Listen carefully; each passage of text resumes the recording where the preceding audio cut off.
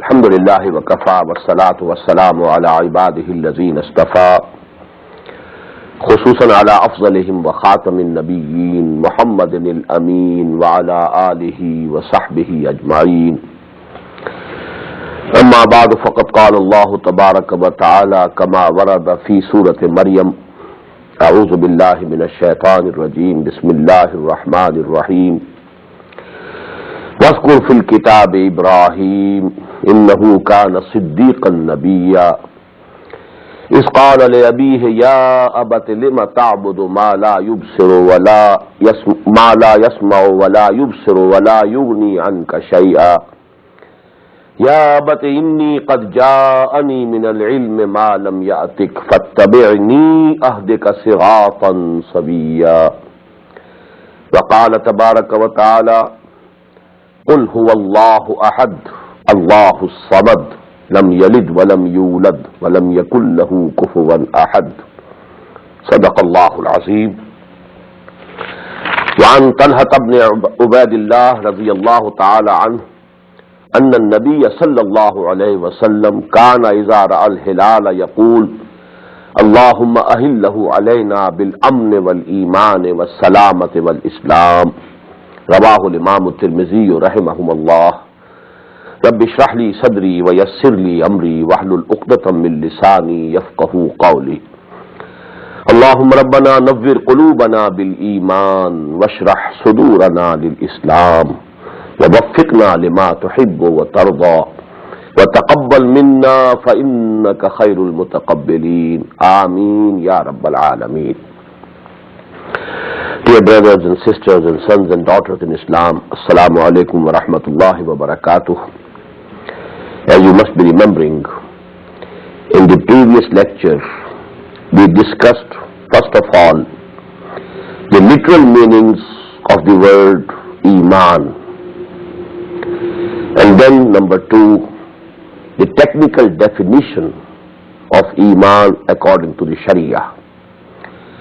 Here I forgot to mention the prayer of the Prophet sallallahu alaihi wasallam. I narrated the hadith in the beginning, but then in the lecture I forgot to mention about it.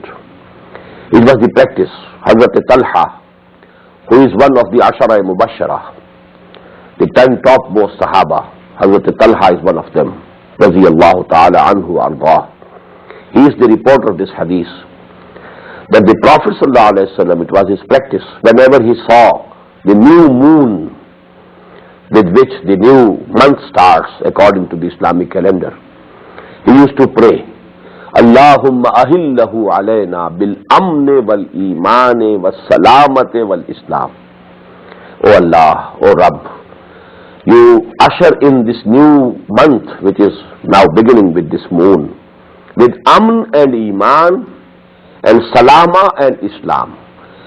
Here in this prayer, the Prophet included and these two pairs of words, Amn and Iman, because Iman is derived from Amn.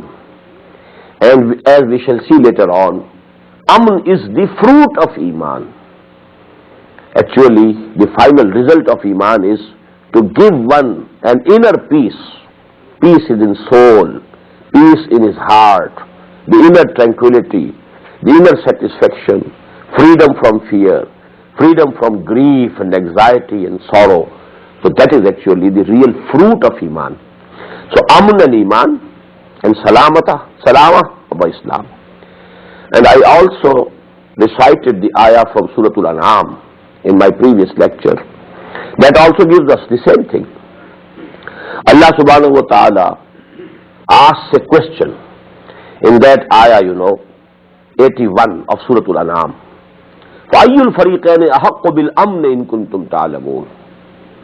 Which of the two groups has more right for this amn, for this inner peace, the peace at heart, the tranquility, inner tranquility, to be free from fear and grief and anxiety?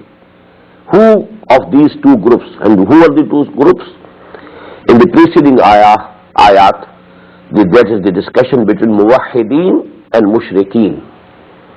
So have the mushriks the right of aman, or only the momins they can get aman? فَأَيُّ الْفَرِيقَيْنِ أَحَقُّ بِالْأَمْنِ إِن كُنتُمْ تَعْلَمُونَ. Who of these two groups has more right and is more entitled to get inner peace? If you know, you give the answer. And then the answer was given by Allah subhanahu wa ta'ala himself. الَّذِينَ آمَنُوا وَلَمْ يَلْبِسُوا إِيمَانَهُمْ بِظُلْمٍ أُولَٰئِكَ لَهُمُ الْأَمْنُ وَهُمْ مُهْتَدُونَ. Only those who believe, who have real Iman, and then they don't pollute their Iman with zulm. And by zulm here is meant shirk. And we shall see inshallah after we complete our discussion on Iman, what is meant by shirk, what are the different shades of shirk, what are the different forms of shirk. So if there is Iman, real Iman, without any pollution of shirk in it, then those people, only those people are entitled to have the inner peace and inner tranquility. So actually these ayat and this prayer of the Prophet ﷺ I quoted as examples that Iman has a relationship with Aman. Literally this word is derived from Aman, and Aman is the fruit, the inner peace and tranquility is the fruit that you get in this world due to Iman, based on Iman. May Allah subhanahu wa ta'ala give us the real Iman.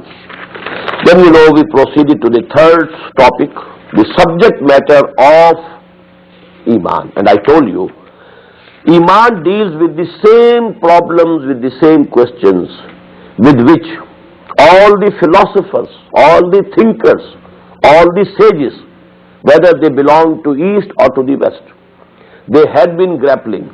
The same questions had been answered by prophets, alayhimu salatu wassalam, on the basis of a claim that we have a special source of knowledge which is not available to the other human beings. And the answers to these questions to us have come through that special source. But I forgot to make one point at that place, and that is, as I told you, there are two types of human beings. People who follow blindly, don't question.